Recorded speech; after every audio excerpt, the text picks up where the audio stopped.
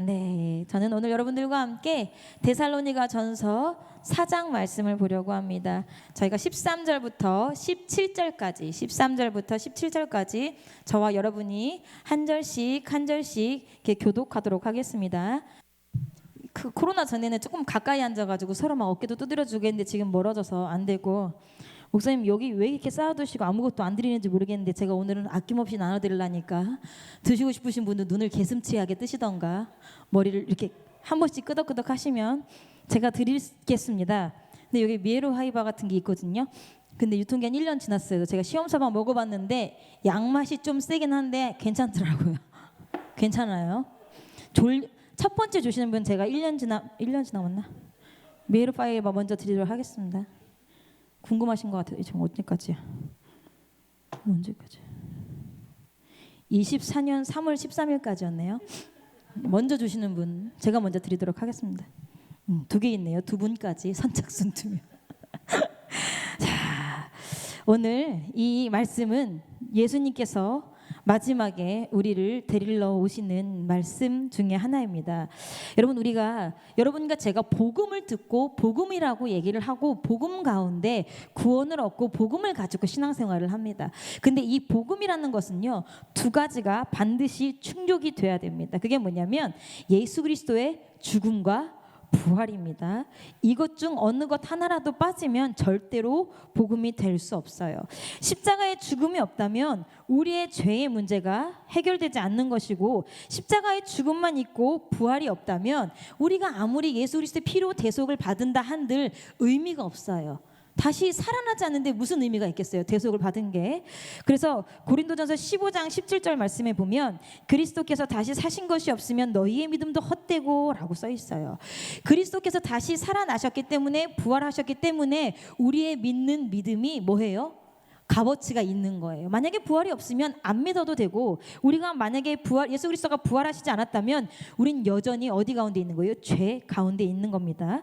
그래서 우리의 복음에는요, 대속을 위한 십자가의 죽음과 새로운 생명, 부활이 꼭 함께 증거돼야 하고, 여러분들도 이 두 가지가 반드시 믿어지고 체험이 되셔야 그제서야 비로소 우리가 복음을 가졌다라고 이야기할 수 있어요. 이 데살로니가 교회 성도들은요, 바울을 통해서 정확한 복음을 듣고 그것을 하나님의 말씀으로 어디로 받았어요? 머리로 받은 게 아니에요. 마음으로 받은 거예요. 여러분, 마음으로 받았다는 얘기가 우리가 이해하기 쉽지 않은데, 여러분, 머리로 받았다는 것은요, 학문적으로 글씨를 읽어서 글씨의 내용을 우리가 머리로 아는 거예요. 근데 마음으로 받았다는 것은요, 그것이 나의 개인적인 체험이 되었다는 거예요. 자, 우리 이제 여러분들 이제 연애 많이 해보셨을 거예요, 그렇죠? 이 와중에 머리 흔드는 사람이 있었어? 연애 많이 해보셨을 건데, 물론 저는요, 저의 남편이 저에게 고백해준 첫 남자예요. 그럴 수도 있어요. 그것도 굉장히 존귀한 거예요. 근데 나는 지금 살고 있는 이런 말 좀 이상하다. 지금 결혼한 이 남편 말고 그 전에도 저에게 좋아한다고 고백한 사람이 있을 수도 있잖아요. 근데 아무리 나에게 고백을 했다고 한들, 그래, 네가 나를 좋아하는 건 내가 알겠어. 근데 뭐가 없어? 내가 마음이 그 사람에게 없어. 그래, 내가 너 좋아한다니까 제발 알아줘. 알아, 아는데 나는 그거를 뭘로 받지 못하는 거예요? 마음으로 받지 못하는 거예요. 나는 그 마음이 읽혀지지가 않아, 느껴지지가 않아. 필요가 없어. 왜? 전혀 공감되지 않고 그 마음 나는 싫거든. 예수 그리스도의 죽음과 부활도 우리가 마음으로 받았다라는 말은 뭐냐면, 그 예수 그리스도의 죽음과 예수 그리스도의 부활이 누구 때문이다? 나 때문이라는 게 이해되는 것이 아니라 이 마음으로 뜨끈뜨끈해지는 거예요. 그 뜨끈뜨끈해지는 경험을 가져야 우리가 예수 그리스도의 복음을 어디로 받았다? 마음으로 받았다라고 하는 거예요. 그래서 내가 오늘 갖고 온다는 게 잊어버렸어. 일부러 그래서 제가 집에까지 갔다 왔거든요. 그 바카스 비닐봉지에, 바카스 하얀색 옛날 바카스 비닐봉지에 목사님이 사모님에게 쓰셨던 연애 편지 제가 다 갖고 있거든요. 그래서 다 버려 했는데 한 몇 봉지 됐어요. 왜 그렇게 많이 쓰셨나 몰라. 어쨌든 근데 그 중에 그래도 이거 언젠가는 보고 싶지 않을까. 야, 안 보고 싶어. 막 이러는데 제가 갖고 있었어요. 오늘 집에 가서 그거 꼭 갖고 와야지. 이렇게 보여드려야지. 목사님의 마음에 대답하신 사모님의 마음이랍니다 하려고 했는데 잊어버렸어. 제가 다음에 한번 꼭 보여드릴게요. 어쨌든 그래서 이 말씀을 지식으로 아는 게 아니라 마음으로 알았기 때문에 이 마음이 요동치는 것을 어떻게 할 수가 없어서 데살로니가 교회 사람들이 그렇게 열심히 신앙생활을 한 거예요. 데살로니가 교회 사람들이 죽기까지 신앙생활을 한 거예요. 그래서 그 믿음이 그리스 주변 지방에서 가히 따라올 수 있는 성도들이 없을 만큼 큰 믿음이었어요. 그런데 이 믿음이 흔들리기 시작합니다. 제가 월요일 새벽에 데살로니가에 대한 그러니까 개요를 설명을 드렸어요. 바울이 데살로니가 도시에서 몇 주를 복음 전했다 그랬어요? 3주를 복음을 전했다고 했어요. 근데 이 복음을 듣고 이 복음을 듣고 시기한 유대인의 무리가 소동과 폭동을 일으켜 가지고 누구를? 이 바울하고 신라를 잡으려고 난리가 난 거예요. 근데 야손이란 사람이 누구를? 바울과 신라를 숨겨주고 있었어. 그래서 성 밖으로 빼냈는데 이 바울과 신라를 아무리 찾아도 못 찾으니까 이거 야손이 이놈 새끼가 먼저 이 어디 지방에 데살로 지방에 끌어들인 거야. 그래서 야손이 재판장에 끌려갑니다. 그래서 야손이 보석금을 내고 간신히 풀려나는 사건이 발생해요. 그래서 이 사건 때문에 바울과 신라가 데살로니가로 들어갔다고 그랬어요? 못 들어갔다고 그랬어요?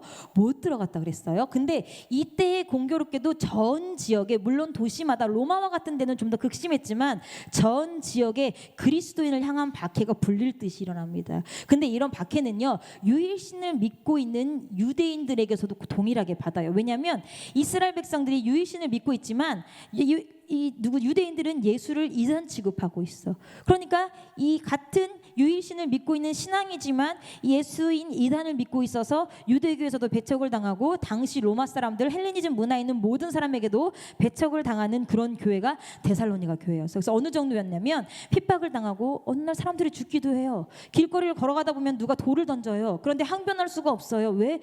내가 태어나고 자란 그 땅, 나의 고향에서 철저하게 왕따를 당하고 멸시를 당하고 뭐 하는 거예요? 죽을 위험에 놓여 있는 거예요.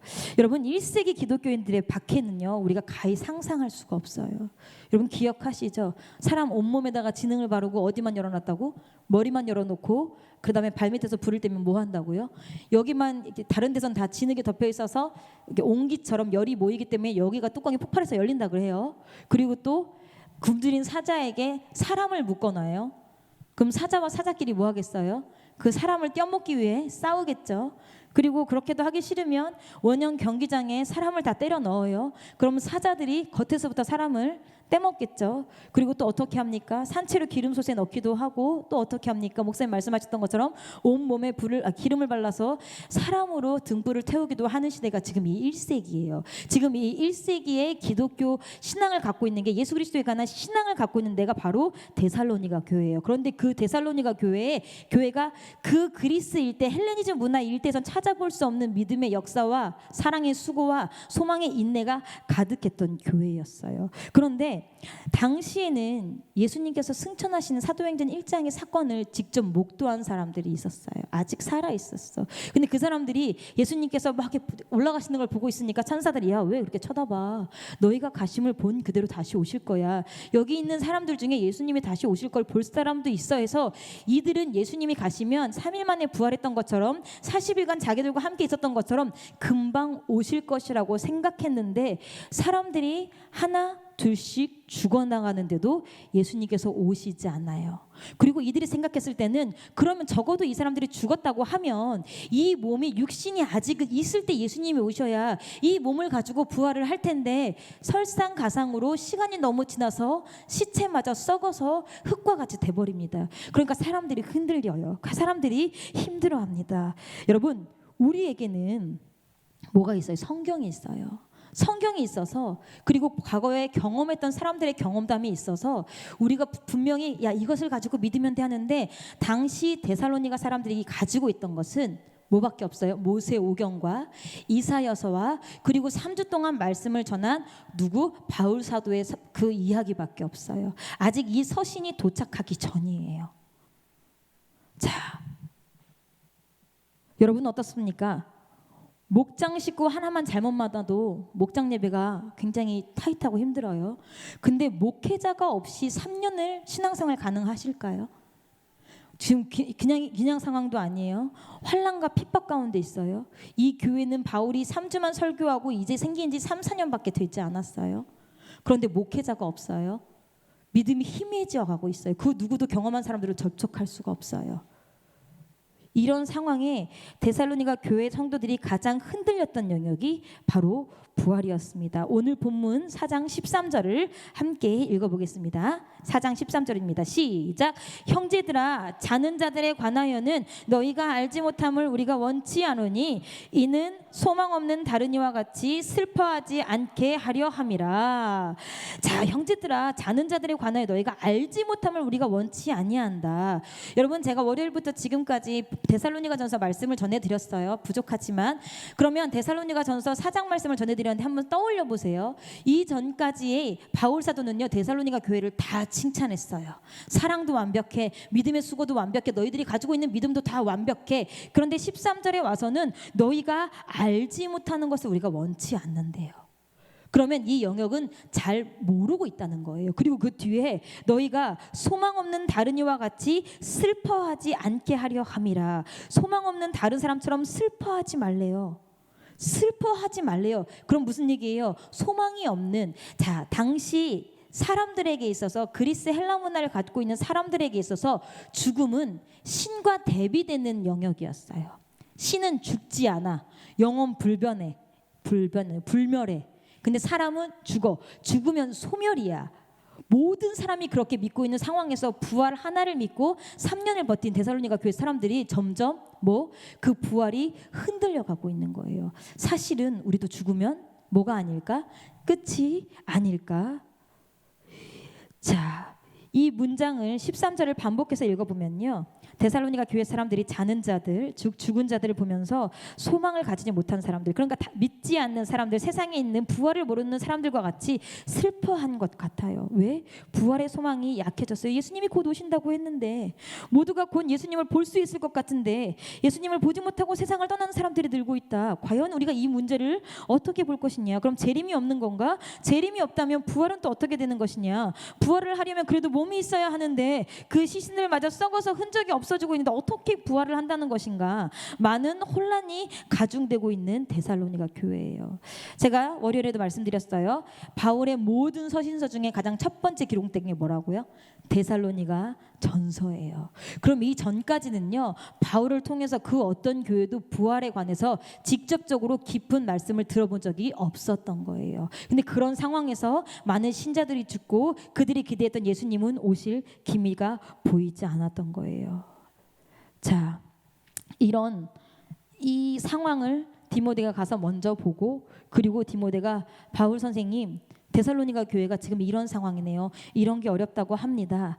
그러니까 바울이 편지를 쓰면서 그리스도의 부활에 관한 부분을 다시 첨부한 거예요. 그래서 14절을 보면 14절에 우리가 예수에 죽었다가 다시 사심을 믿을진데, 얘들아 너희가 예수님이 죽으시고 다시 사시는 것을 믿지? 라고 확신을 하고 물어봐요.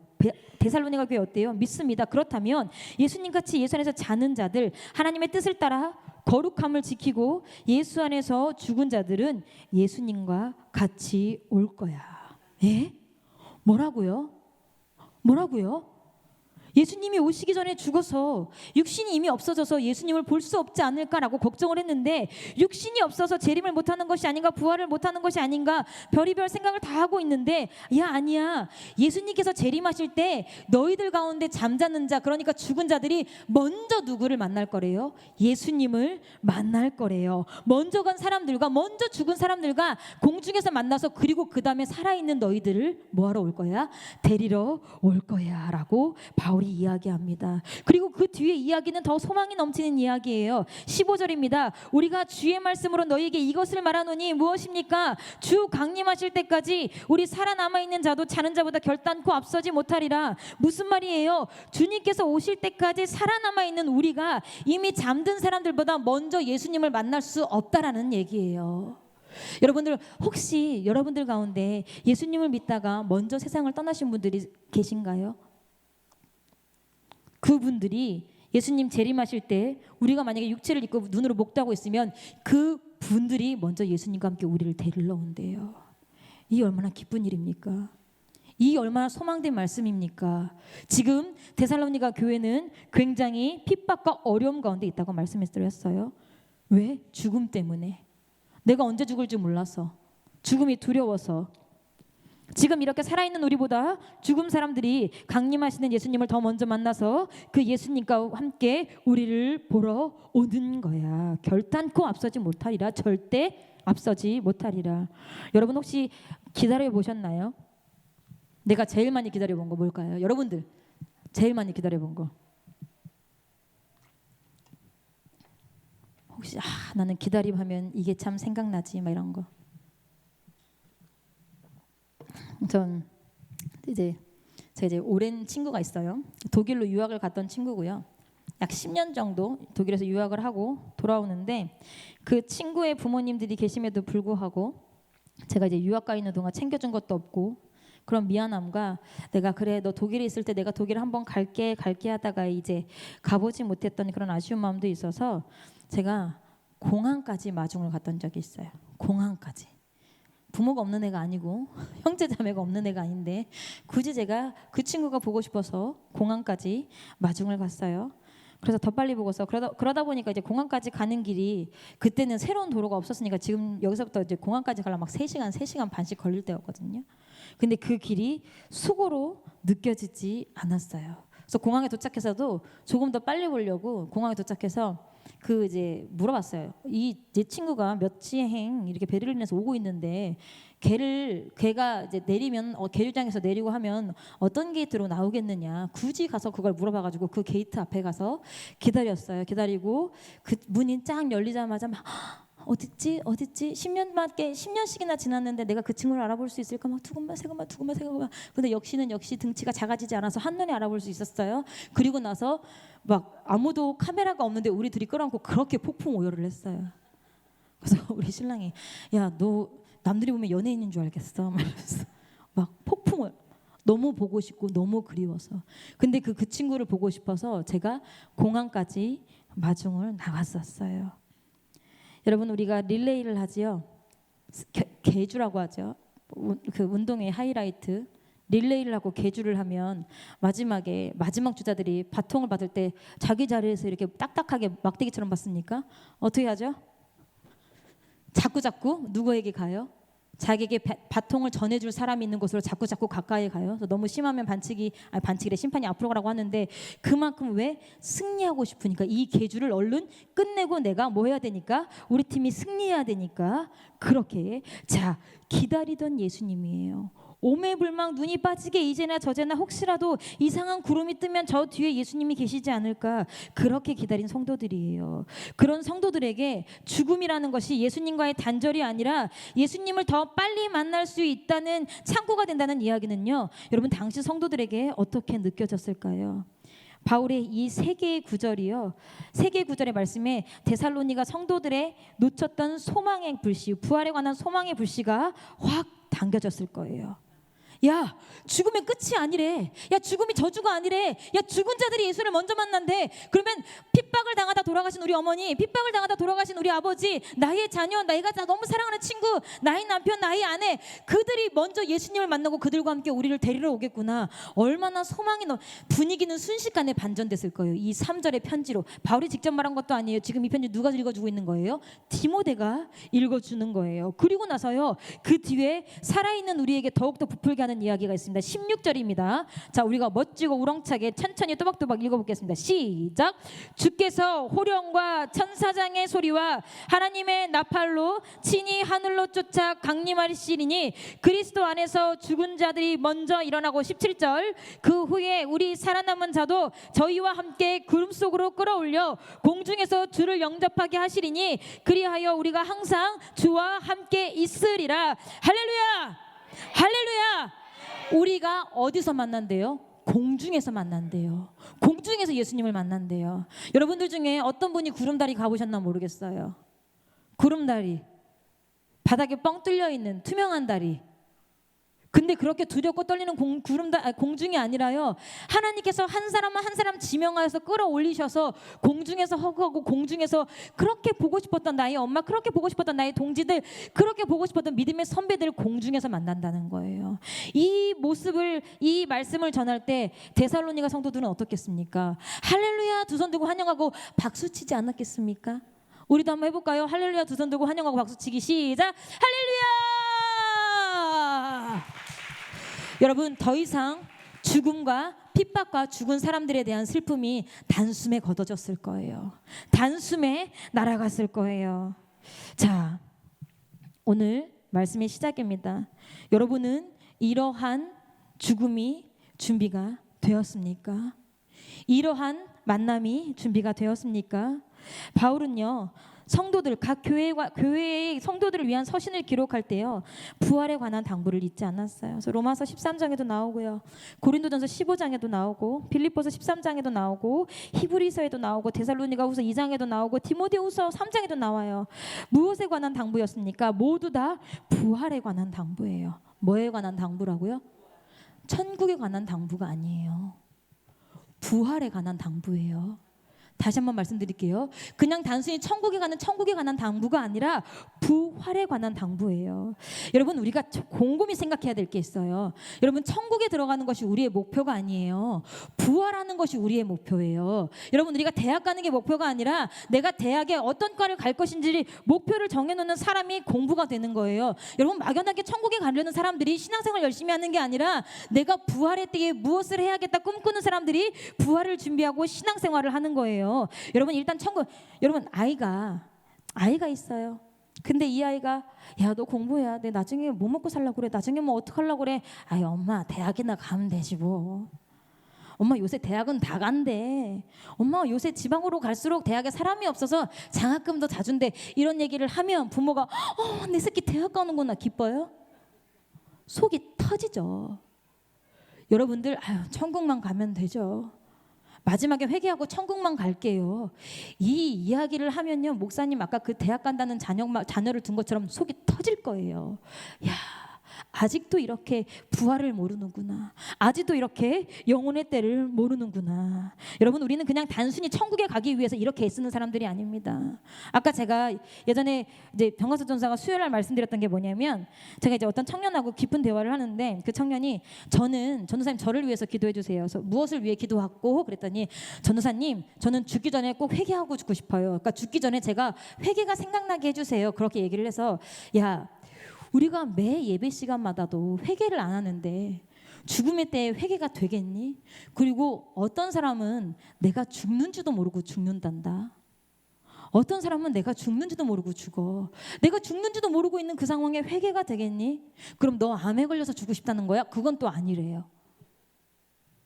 무슨 얘기예요? 내가 회개만 하면 천국 갈 거라고 생각하는 거예요? 아니요. 내가 회개를 하면 하나님이 받으셔야 천국 가는 거예요. 내가 하나님이 받으실 만한 완벽하고 온전한 회개가 돼야 천국에 가는 거예요. 그런데 여러분 한번 생각해 보세요. 제가 아까도 말씀드렸지만 그냥 어떻게든 대학은 가겠지 하는 사람은 대학에 붙을 확률이 높을까요? 떨어지는 확률이 높을까요?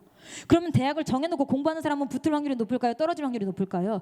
붙을 확률이 높죠. 여러분, 천국 뒤에 막연하게 나 천국 가야지 하는 사람 말고, 나 천국 가서 이렇게 살아야지, 나 천국 가서 이렇게 해야지라고 분명하게 목적을 정해놓은 사람이요, 천국에 가기 위해 몸부림을 칩니다.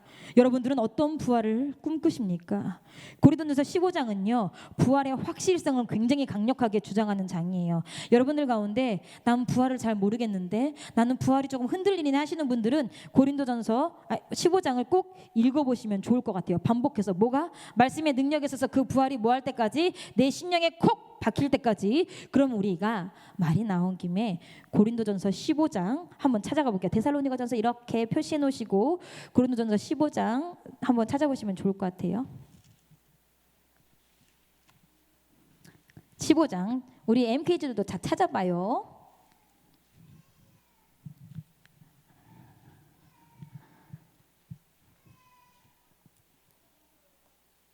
자, 찾으셨으면 고린도전서 15장 39절부터 44절까지 좀 길지만 저와 여러분이 한 목소리로 천천히 한번 교대로 읽어볼게요. 제가 먼저 읽을게요. 육체는 다 같은 육체가 아니니 하나는 사람의 육체요, 하나는 짐승의 육체요, 하나는 새의 육체요, 하나는 물고기의 육체라.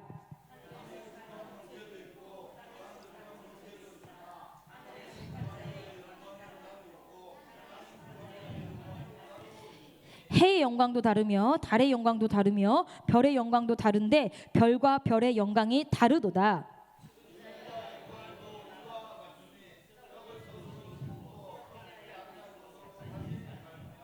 욕된 것으로 심고 영광스러운 것으로 다시 살며 약한 것으로 심고 강한 것으로 다시 살며 다 같이 육의 몸으로 심고 신령한 몸으로 다시 사나니 육의 몸이 있은즉 또 신령한 몸이 있느니라.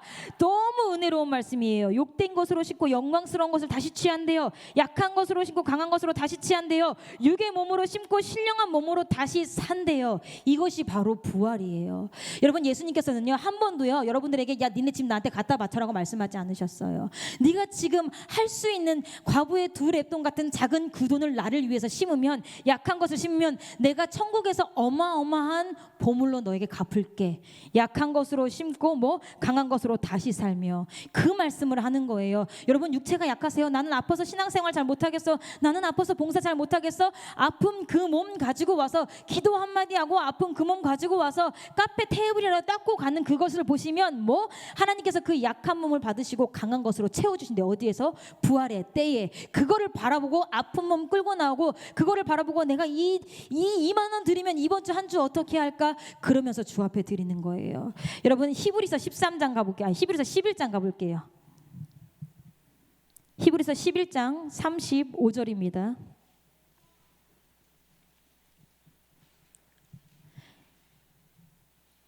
히브리서 11장 35절 찾으셨으면 저와 여러분이 한 목소리로 읽겠습니다.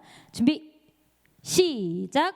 여자들은 자기의 죽은 자를 부활로 받기도 하며 또 어떤 이들은 더 좋은 부활을 얻고자 하여 악형을 받되 구차히 면하지 아니하였으며, 이들이 더 좋은 부활을 얻고자 해서 악형을 받되 이 악형이 뒤에 나면 끔찍한 얘기들이죠. 채찍질하고 톱으로 썰어 죽이고 얘기가 다 나와요. 그럼에도 불구하고 부활을 얻기 위해서 거기에 구차하게 목숨을 하지 않았다는 거예요. 매달리지 않았다는 거예요. 여러분, 부활에도 급이 있어요. 여러분, 영혼의 때에도 급이 있다고요. 여러분, 여러분은 안 그러실 수도 있어요. 저는요 식당에만 가도요 남의 테이블엔 저 반찬이 있는데 우리 테이블엔 반찬이 없어, 저 반찬이. 그럼 꼭 물어봐요. 아줌마, 우리는 왜 저거 안 줘요? 아유, 그게 방금 똑 떨어져가지고요. 그래서 가지수는 똑같아요. 가지수는 똑같아도 기분이 나빠. 그래도 저 먹어보고 싶은데 주시면 안 돼요? 아유, 그럴게요. 막 이래.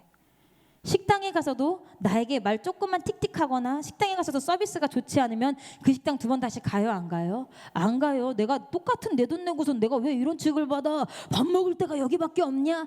여러분, 왜 똑같은 신앙생활을 하고 영혼의 때에 그런 취급을 받습니까? 남들하고 똑같은 교회 다녀서 똑같은 시간에 예배드리고 똑같은 하나님 앞에 봉사를 하면서 왜 영혼의 때에 그런 취급을 받습니까? 그건 여러분들의 마음이 뭐하지 않았기 때문이에요. 부활을 목표로 하고 준비하지 않았기 때문이에요. 조금 있다가 우리 주여 삼창하고 기도할 거예요. 어떤 사람은 진짜 애절하고 간절하게 기도할 거예요. 어떤 사람은 뭐 할 거예요? 그냥 또 기도 시간 때울 거예요. 어떤 사람은 주일 예배가 와요. 예배가 드리기 전부터 목사님, 우리 목사님 오늘 힘들지 않으셔야 되는데 입술 빵꾸 나신 건 괜찮으시려나? 아프리카 여행하거나. 그렇게 목사님을 사모하고 애절하게 하시는 분들은 예배 시간에 졸래야 졸 수가 없어요. 말씀 다 딱딱딱딱 받아 먹으면서 뭐 할 거예요? 남들보다 더 값주고 귀한 예배를 드릴 거예요. 근데 어떤 사람들은 목사님 오늘따라 말씀이 좀 어눌하시고 말 느리시네, 많이 피곤하신가 봐. 이거 생각해보니까 얼굴도 검으시네. 여러분들에게 간절히 부탁드립니다. 똑같은 교회 똑같은 신앙생활하고 나중에 하나님 앞에서 다른 취급받지 맙시다. 다른 대접 받지 맙시다. 우리 설린교회 여러분 얼마나 열심히 예배드리고 얼마나 열심히 선교합니까? 그런데 우리가 고작 천국만 가서야 되겠습니까? 고작 천국에만 가서야 되겠습니까? 천국에 가서 정말 사람답게 살아봐야 하지 않겠습니까? 여러분, 천국을요 나중에 가는 곳이라고 생각하기 때문에 멀게 느껴집니다. 물론 우리는 아직 살 날이 많이 남아있을 수 있어요. 근데 갑자기 죽으니까 죽음을 준비하라고 하는 것은 아니에요. 그런데 여러분, 결혼하는 예비 신부를 한번 생각해 볼게요. 결혼이 아직 6개월 남았습니다. 아직 먼 이야기예요. 심지어 1년이 남았습니다. 아직 먼 이야기예요. 근데 신부 여러분들, 결혼해보신 여러분들, 그 결혼이 멀든가요? 매일 이렇게 막 인터넷으로 서치하고 찾아보지 않나요? 어떤 드레스 입을까? 어떤 화장하지? 요즘엔 뭐 하지? 제가 이제 여기 있는 사람 얘기를 해서 죄송한데, 제가 이제 한참 청년들하고 목장 예배를 드릴 때 저희 청년 중에 코로나 시즌에 결혼한 아이가 하나 있었어요. 그래서 얘는 맨날 코로나 경보만 보는 거야. 과연 하객을 몇 명이나 들어올 수 있나? 과연 하객이 몇 명이나 들어올 것인가? 막 계속. 왜 코로나 시즌에 결혼해야 되니까 오는 사람도 민폐고 가는 사람도 민폐고 안 부를 수도 없고 막 그리고 그래서 막 우리 지금 다들 결혼할 때 몸매 아니잖아. 결혼할 땐 뭐 했어? 필사적으로 뭐 했어? 운동해서 빼고 막 여기 막 뭐 받고 등 받고 막 해서 그래서 지금도 당당하게 예복 입을 수 있는 사람 한복 말고 예복 없잖아. 왜? 그날 하루를 위해서 남은 시간을 쏟아 부었어. 왜요? 결혼식 하루를 위해서. 여러분 로마서에 보면 그 바울이 우리를 누구한테 중매한다 그랬어요? 예수 그리스도한테 중매한다고 했어요. 그럼 우리 예수 그리스도와 함께 공중에서 결혼식해야 되는 거예요. 그럼 그 결혼식을 앞둔 신부들이 이렇게 살이 쪄서 되겠습니까? 이렇게 피부 관리 안 해서 되겠습니까? 영적 관리를 말씀드리는 거예요. 여러분 부활을 믿는 사람은 신앙생활이 다릅니다. 여러분 진짜 부활을 기대하는 사람은 신앙생활이 다릅니다. 이거랑 달라요. 아우 지긋지긋해. 나 빨리 천국 가고 싶다. 아우 아파서 지긋지긋해. 나 빨리 천국 가고 싶어.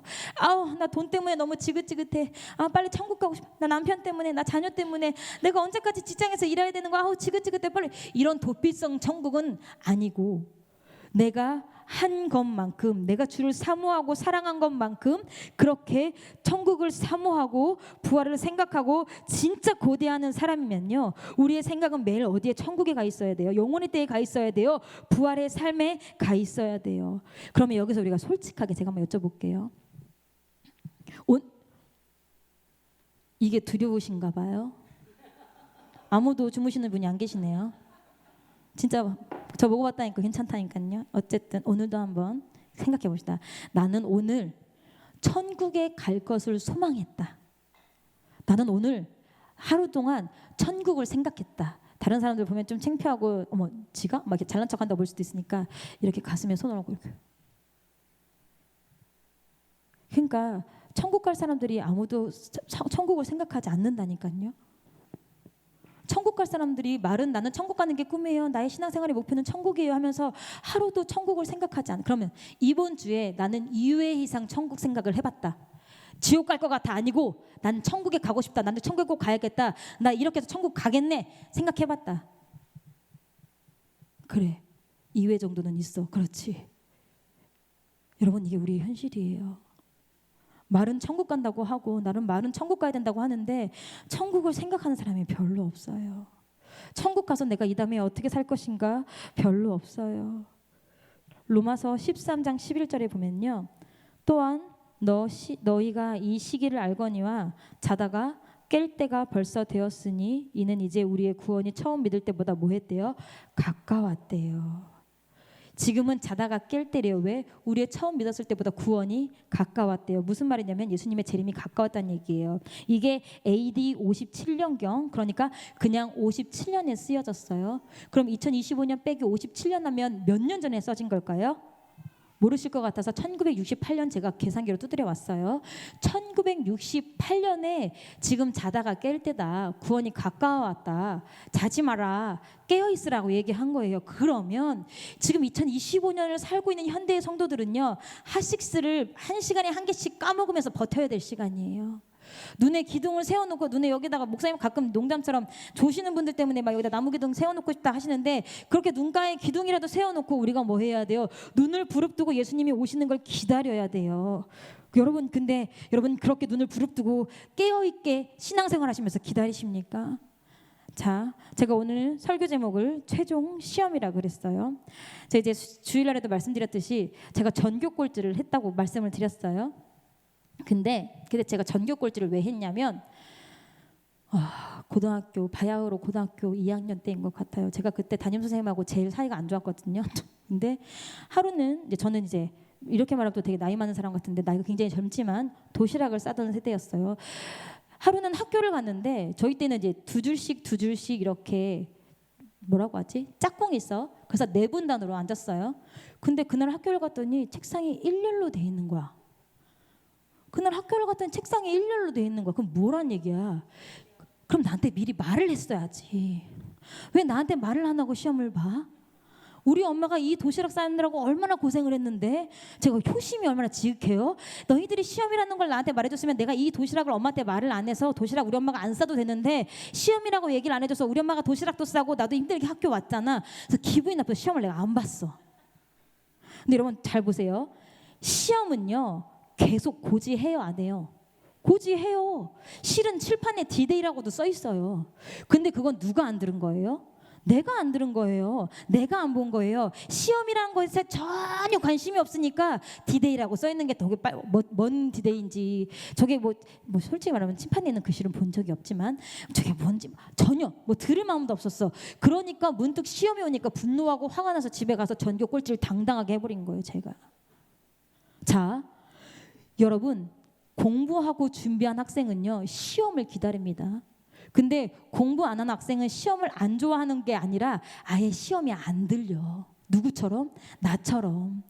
예수 그리스도의 재림을 사모하는 사람은요 부활, 재림, 이 시대의 징조 굉장히 민감하게 반응해요. 근데 예수 그리스도의 재림을 전혀 생각하지 않는 사람은요 재림에 대한 설교 아무리 무서운 설교를 하고 해도요 하나도 안 들려.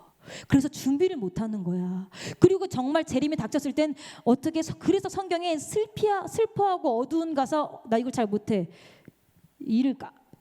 슬피하며 울며 이를 갈미 있는 게 제가 그랬다니까요. 시험인 걸 미리 말해줬어야지. 그럼 우리 엄마 피곤하게 새벽 예배 갔다 와서 내 도시락 안 싸도 되잖아 말하면서 슬피하며 막 이를 벅벅 갈고 제가 시험을 안 보고 집에 간 거예요. 근데 한 가지 여러분에게 드리고 싶은 말씀은 제가 고등학교 몇 학년 때라고 했어요? 그때가 2학년 때라고 했어요. 고등학교 2학년 때까지 제가 난리도 아니었어요. 시험은 시험이라는 대로 한 번도 무거워봤던 적이 없어요. 그리고 제가 이제 지금은 뭐 수능이 많이 달라져서 잘 모르겠지만 저 수능 때는 400점이 만점이었어요. 근데 제 수능 점수는 140점, 150점이었어요. 이 와중에 굉장히 하나님께서 저에게 은혜를 주셨던 게 제가 국어 영역은 늘 만점자였어. 그래서 선생님들한테 더 두드러 맞은 거야. 차라리 국어도 못했으면 참 좋았을 텐데. 야 국어 영역 만점자면 다른 것도 하면 되는데 왜 안 해? 막 그래서 이제 하루는 제가 말씀드린 적이 있죠. 이제 국어는 되게 성심성의껏 풀어 만점. 나 그래서 하나 틀리고 뭐 많이 틀려봐 2개예요. 딱 하고 나머지 시험보다는 찍고 이제 엎드려 자는 거야. 근데 이제 이렇게 창가에 답안지를 왜냐면 또 양심이 있어서 엎드려 잤다가 기름에 찍히면 OMR 카드 또 안 익힐까봐 창가에 두고 잤는데 바람에 날아갔어. 선생님도 나더러 그걸 찾아오래. 내가 바람을 어떻게 읽어? 그래서 그냥 그 길로 또 집에 갔어. 기분 나빴어. 그래서 모의고사 120점 이건 처리도 안 됐어. 제가 그랬던 애예요. 근데 제가 어떤 시험에 실패하지 않았어요? 대학을 간 걸 보면 수능엔 실패하지 않은 거예요. 그래서 제가 우리 꿈나무들에게 당당하게 말씀드려요. 얘들아 고등학교 2학년까지 전교 꼴찌해도 돼. 조하나 은혜 받고 있니 혹시? 고등학교 3학년 때도 하나님이 지혜를 주시고 죽기 살기로 공부하면 그때부터 공부돼. 그래서 제가 수능 몇 점 맞았는 줄 아세요? 400점 만점에 310점 맞은 여자예요. 제가 처음 점수가 몇 점이라고 했어요? 140점, 150점이라고 그랬어요. 내가 몇 등이나 앞선 거야. 그리고 제가 대학 간 거예요. 실력은 내가 충대까지도 갈 수 있었는데 수능 실력만 보면. 근데 이제 또 나중에 제가 간증하며 풀어드리겠지만 하나님께서 저를 또 한번 교만하면서 꺾어버리시기 위해서 제가 충대를 못 간 썰을 다음에 한번 풀어드릴게요. 어쨌든 수능 시험에 실패하지 않았어요. 그래서 제가 대학을 갔어요. 대학에 가서 졸업 시험에 실패하지 않았어요. 제 친구 중에 이렇게 제가 원래 조시면 해드리려고 했거든요. 졸는 분들이 계시면 그분들의 이제 분위기를 전환하기 위해서 제 곧 대학교 때 썰을 풀어드리려고 했는데 조시는 분들이 아무도 안 계시니까 그냥 패스.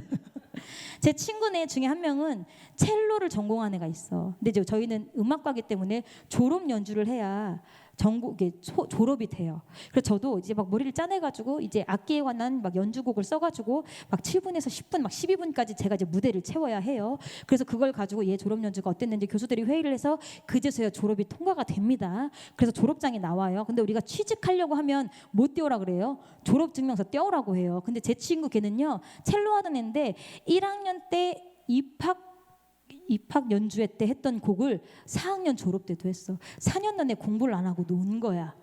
4년 내내 공부를 안 하고 놀아가지고 야 그래도 졸업 연주는 해야 되지 않겠냐 하니까 담당 교수가 발등에 불이 떨어져서 야 그럼 1학년 때 입학할 때 했던 그 입시곡 그거 다시 한번 해 해가지고 입시곡을 졸업곡과 똑같이 해가지고 근데 걔는 졸업이 됐을까 안 됐을까?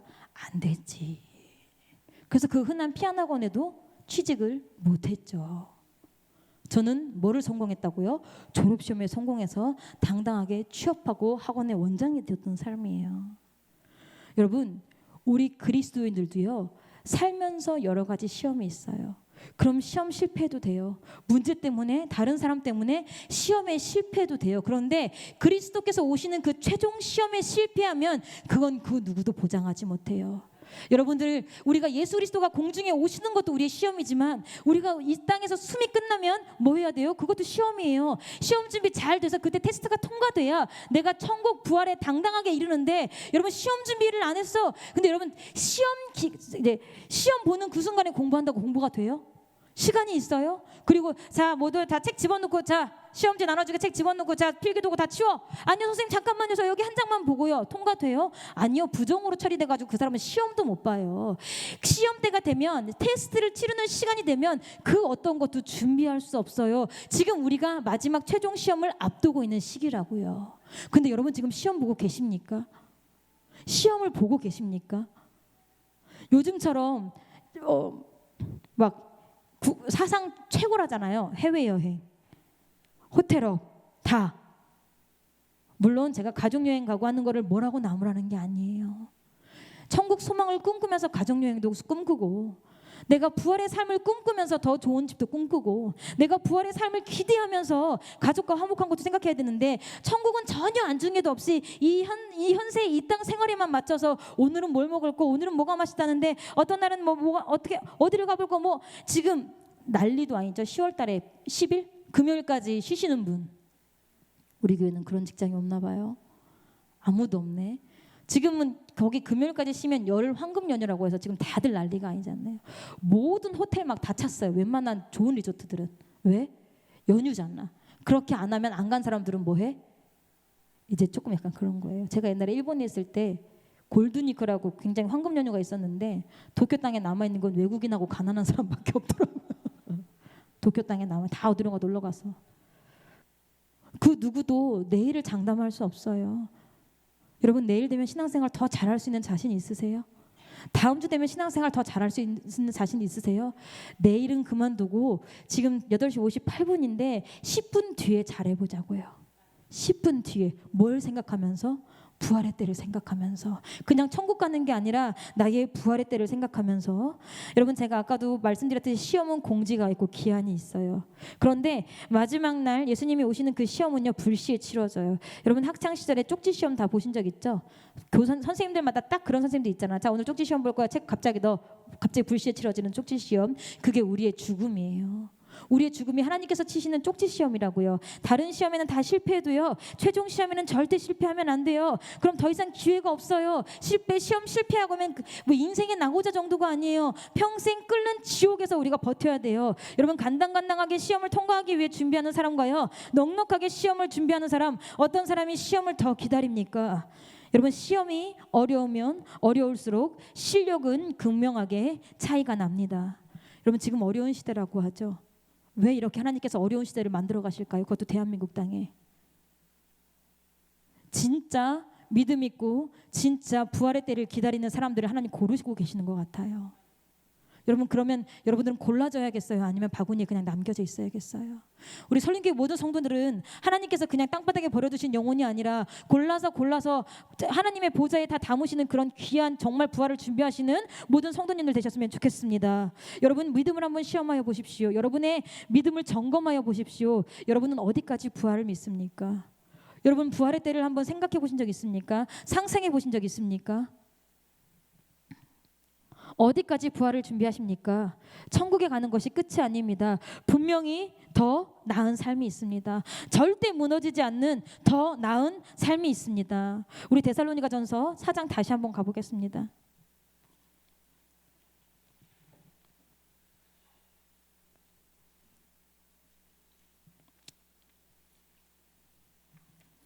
데살로니가 4장 14절 한번 다시 읽어보겠습니다. 준비 시작.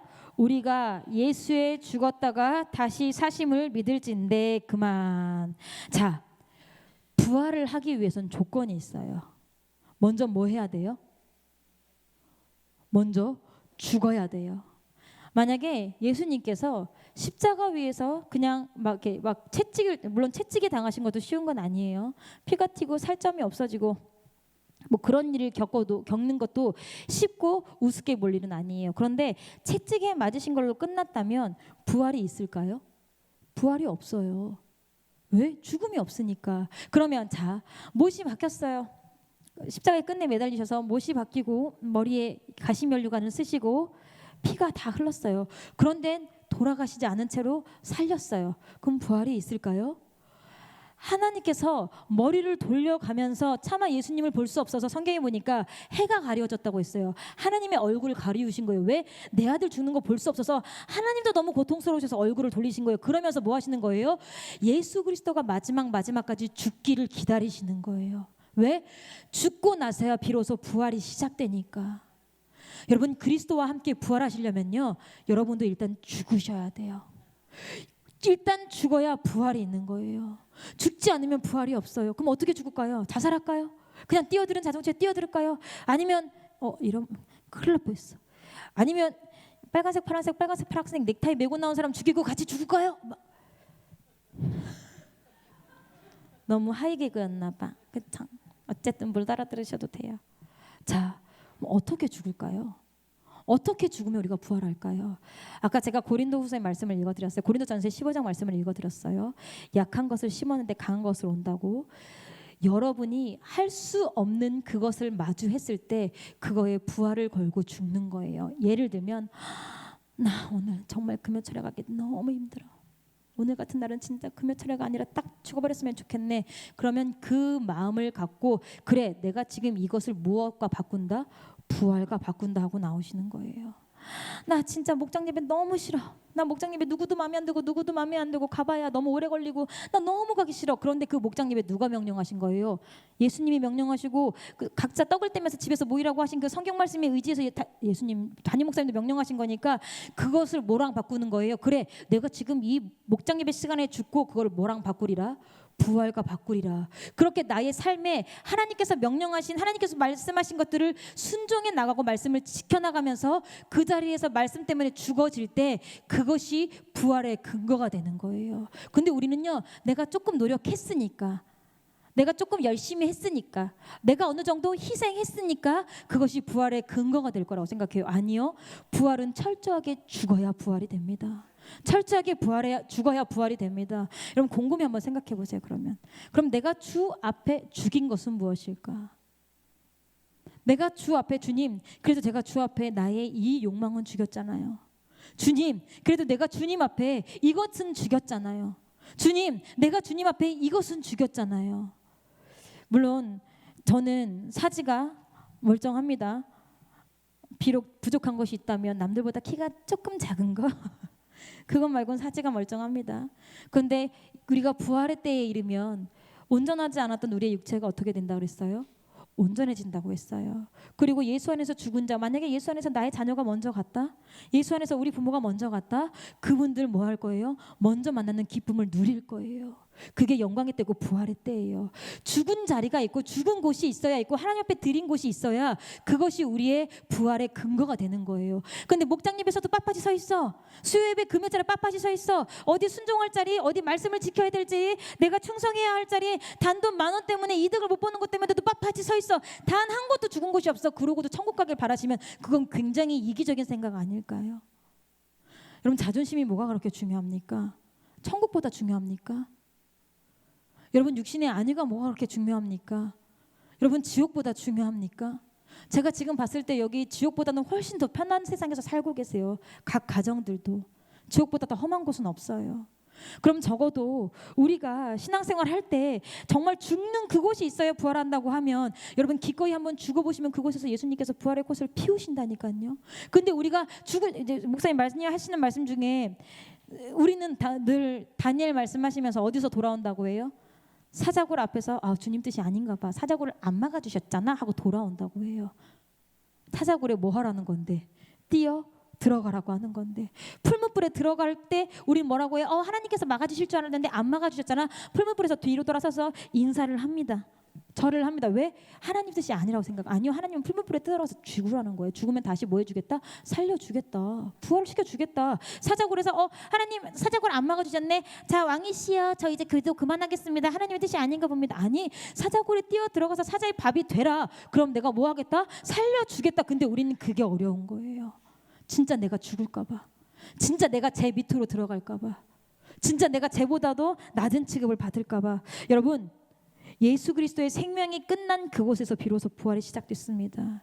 여러분, 예수 그리스도처럼 여러분의 몸에, 여러분의 삶 속에, 여러분의 시간의 물질에, 감정에, 여러 곳에 죽음이 있어야 그곳에서 부활이 시작됩니다. 그리고 그렇게 정말 하기 힘든 일, 어려운 일, 하나님 왜 나한테 이런 것까지 하라고 하세요? 그래, 그런 것까지 하고 죽어. 그러면 너가 거기서 다시 뭐 할 거야? 살 거야. 내가 살려줄게. 여러분, 히브리서 보세요. 아브라함이 아들을 바칠 때 뭐라고 했어요? 다시 그 제 가운데서 다시 살리실 하나님을 바라보고 그 아들을 드린 거예요. 다시 살리신 하나님을 바라보고. 여러분들, 하나님 앞에 죽고 하나님 앞에 모든 것들을 부어 드릴 수 있는 것 다 필요 없어요. 한 영역만이라도. 나는 시간이 너무 내 마음대로, 나는 시간, 나를 위한 시간 꼭 필요해. 그러면 나를 위한 시간 no, 다 하나님을 위한 시간. 그렇게 한번 죽어보세요. 나 이 물질, 매달 물질, 뭐 인간관계, 감정 다 no, 하나님을 위해 그 부분, 지금 나를 가장 어렵게 하고 지금 내 마음을 가장 힘들게 하는 그 부분에서 나는 포기 안 되는 건가 보다, 이건 죽은 건가 보다. 죽어보세요. 그러면 그 자리에서 하나님께서 다시 부활시킬 거예요. 여러분, 마지막 시험 기간이에요. 시험을 준비하셔야 돼요. 실패하면 안 돼요. 이 시험 실패하면 답 없어요. 이 땅 위에서 취직 못하고 매로 화이 받으실 분이 나타나시려고 하신 것 같은, 이 시험에서 실패하면요, 뭐 취직을 못하고 사람들한테 뭐를 못 받고 그런 정도가 아니에요. 두 번 다시 사람 꼴 못하고 살 수가 있어요. 제가 예전에 지옥에 대한 간증을 들은 적이 있어요. 친구들 전사님 뭐라고 했지? 어디서 떼굴떼굴 구른다 그랬지? 지옥의 철판. 그 사람이 뭐라고 했냐면, 너무 큰 뜨거운 철판 위에 사람들이 이렇게 막 뜨거워서 뛰는데 어떻게 뜨거워서 뛰지 못하니까 자빠진 거야. 자빠지면서 떼굴떼굴 굴러요. 근데 구를 때마다 김밥에 김이 한 컵씩 한 겹씩 벗겨지듯이 살갗이 다 벗겨지는 거예요. 새빨간 속살이 드러나요. 왜? 철판이 뜨거우니까 살이 녹아가지고 그 철판에 다 붙는 거예요. 계란 후라이 테플론 들어온 후라이팬에다 하면 다 늘러붙듯이. 그렇지만 끝나지 않아요. 끊임없이 철판에 떼굴떼굴 구르면서 살갗은 뜯어지고 또 나고 뜯어지고 또 나고. 그것을 자, 지금 여기 시원한 바닥인데도 떼굴떼굴 굴고 한 10분만 해볼까요? 아이고, 전사님 그만하고 싶어요 할걸요. 우리가 마지막 최종 시험에 실패하면 겪는 일이 그런 일입니다. 여러분들이 이것이 정말 피부로 다 와닿았으면 좋겠습니다. 여러분들이 이것이 느껴졌으면 좋겠습니다. 여러분들이 이것이 진짜 눈앞에 목도했으면 좋겠습니다. 그래야 우리가 신앙생활을 뭐 할 거예요? 이렇게 호락호락, 마귀가 보기에 호락호락하게 하지 않을 거예요. 우리 몸을 풀으시고 진짜로 부르짖어야 할 시간입니다. 몸을 풀으세요. 졸면 안 돼요. 말씀을 듣고 행하지 않으면 자기를 속이는 자라 그랬어요. 말씀을 들었으면 저 사람 말이 너무 빨라서 무슨 말 하는지 모르겠는데, 요점은 지금 우리가 부활의 때를 기억하면서 부활신앙을 갖자는 거예요. 시험을 준비하라는 거예요. 여러분, 신앙생활 이렇게 뜨뜻미지근하다면 하나님, 나를 통하여 이 시간 부활의 때를 느끼게 해 주시옵소서. 지식으로 내가 이해하는 것이 아니라 진짜 내 온전한 심령으로 부활을 보게 하시옵소서. 부활이 느껴지게 하여 주시옵소서. 그 부활 못 믿겠으면 시험을 한번 해보세요. 성경에 하나님 말씀 시험해보라고 했거든요. 내가 제일 안 되는 그 영역 한번 죽어보세요. 자녀 때문에 힘들어요? 물질 때문에 힘들어요? 에라 모르겠다. 죽고선 거기에 자꾸 마음 상하거나 감정 세우지 마세요.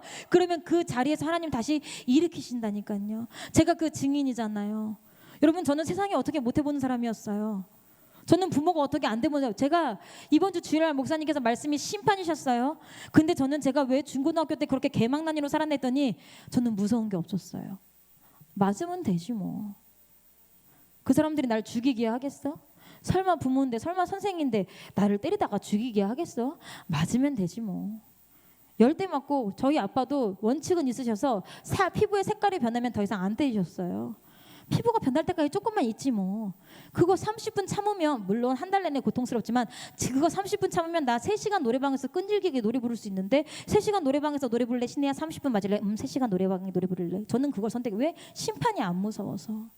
그러니까 내 마음대로 놀고 하고 답이 없었던 거예요. 여러분, 목사님 말씀하신 대로 우리가 진짜 심판이 두렵고 심판이 믿어진다면 이렇게 신앙생활 하겠습니까?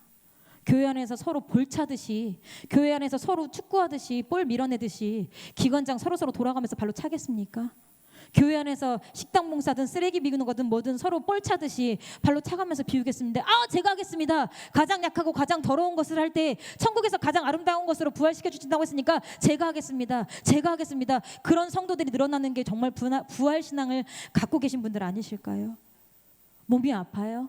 더 열심히 하셔야 돼요. 왜? 주님께로 갈 날이 얼마 안 남았으니까. 제가 이 자리에 계신 분 말씀드려서 너무 죄송하지만 마지막에 우리 그 지난주에 돌아가신 홍정 집사님이 예배를 드리고 싶으셨다고, 주일 예배를 드리고 싶으셨다고, 그래서 온라인으로 나오실 수 없으니까 온라인으로 예배를 드리고 마지막 주일 예배 드리고 월요일날 목사님 사모님 모셔다가 예배 드리시고 그렇게 화요일날 편하게 숨을 거두셨다고 했어요.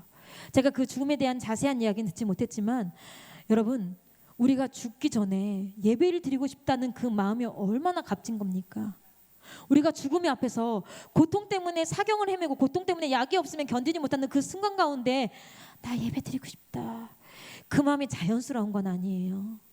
분명히 천국과 지옥이 그래서 제가 그 얘기를 들으면서 진짜 축복이다, 진짜 축복이다. 정말 그 진통제 때문에 정신이 없고 사경을 헤매고 있는 그 상황에서 예배를 드리고 싶다. 그래서 온라인 예배를 틀어놓고 함께 예배를 드린다. 야, 이것보다 아름다운 죽음이 또 있을까? 근데 그것도 죽음이, 천국이 눈앞에 다가오고 눈앞에 믿어지니까 하는 거지, 전혀 천국에 대해서 말씀을 듣지 않고 생각하지 않았다면요? 아니요. 아프다가 몸부림치다가 제가 이제 어떤 분들 말씀 들으니까 그 췌장암? 가장 아픈 암이 췌장암이라는데 그분들은 손톱이 다 뒤집어져서 돌아가신다고 하더라고요. 너무 아파서 긁고 막 이렇게 하다가 여기 손바닥에 손톱 자국 다 나고, 왜 너무 고통스러우니까 그게 막 약을 먹어도 안 되고 그렇게 막 부들부들 떨다가 돌아가신 분들 얼마나 많습니까? 왜? 천국과 지옥을 모르니까, 부활을 준비하지 않으니까. 여러분, 오늘 이 밤에 여러분들 모두 부활을 준비하는 신앙이셨으면 좋겠습니다. 이 때를 분별하시는 신앙이셨으면 좋겠습니다. 예수님 금방 오십니다. 예수님이 금방 오시지 않아도 이 나라와 전 세계 정세를 볼 때 우리가 금방 예수님께로 갑니다. 여러분, 예수님께로 갈 준비 되셨습니까? 그냥 가기만 해서는 되지 않아요. 예수님 곁에서 잘 살 준비 되셨습니까? 10년 뒤에를 준비하듯이 예수님 뒤에서, 예수님 옆에서 예수님과 함께 잘 살 준비 되셨습니까? 그것이 믿어지십니까? 그것이 가슴에 뜨겁게 확신으로 갖고 계십니까? 그러면 이 시간에 조금 쉬시면서 기도하셔도 돼요. 그런데 나는 그것이 부족해. 혹시 나는 그것을 갖고 있는데 내 자녀는 부족해, 내 부모는 부족해, 나의 신랑은 부족해, 나의 아내는 부족해. 그러시면 지금 그 사람들을 위해서라도 우리가 사력을 다해서 기도해야 돼요. 그래야 우리가 영혼의 때를 준비합니다. 우리 시간 무릎 꿇고 주여 세 번 부르시고 기도하겠습니다. 하나님, 내가 부활이 믿어지게 하여 주시옵소서. 하나님, 영혼의 때가 느껴지게 하여 주시옵소서. 하나님, 내가 부활이 믿어지지 않으면 지금 내 삶 가운데 어딘가는 반드시 십자가에 죽이고 그 죽은 그 자리에서 예수 그리스도가 부활하셨던 것처럼 나도 그 영역에서 부활하시고 일하시는 그 주님을 만나는 시간 되게 하여 주시옵소서. 하나님, 나 이것 때문에 너무 힘들어요. 하나님, 나 이것 때문에 못 살 지경이에요. 하나님, 나 이것 때문에 매일 넘어져요. 그러니까 지금 이 부분에서 그거 죽이고 싶다고요. 그러니까 지금 이 자리에서 그 영역 죽이겠다고요. 하나님, 같이 죽이게 해주세요. 같이 죽어주세요. 그리고 그 영역에서 제발 나 좀 살려주세요. 제발 나 좀 꺼내주세요. 우리 애절하고 간절하게 영혼의 때를 위해서, 부활신앙을 위해서, 믿지 않는 나의 자녀와 남편과 가정을 위해서 주여 세 번 애절하고 간절하게 부르고 기도하시겠습니다. 주여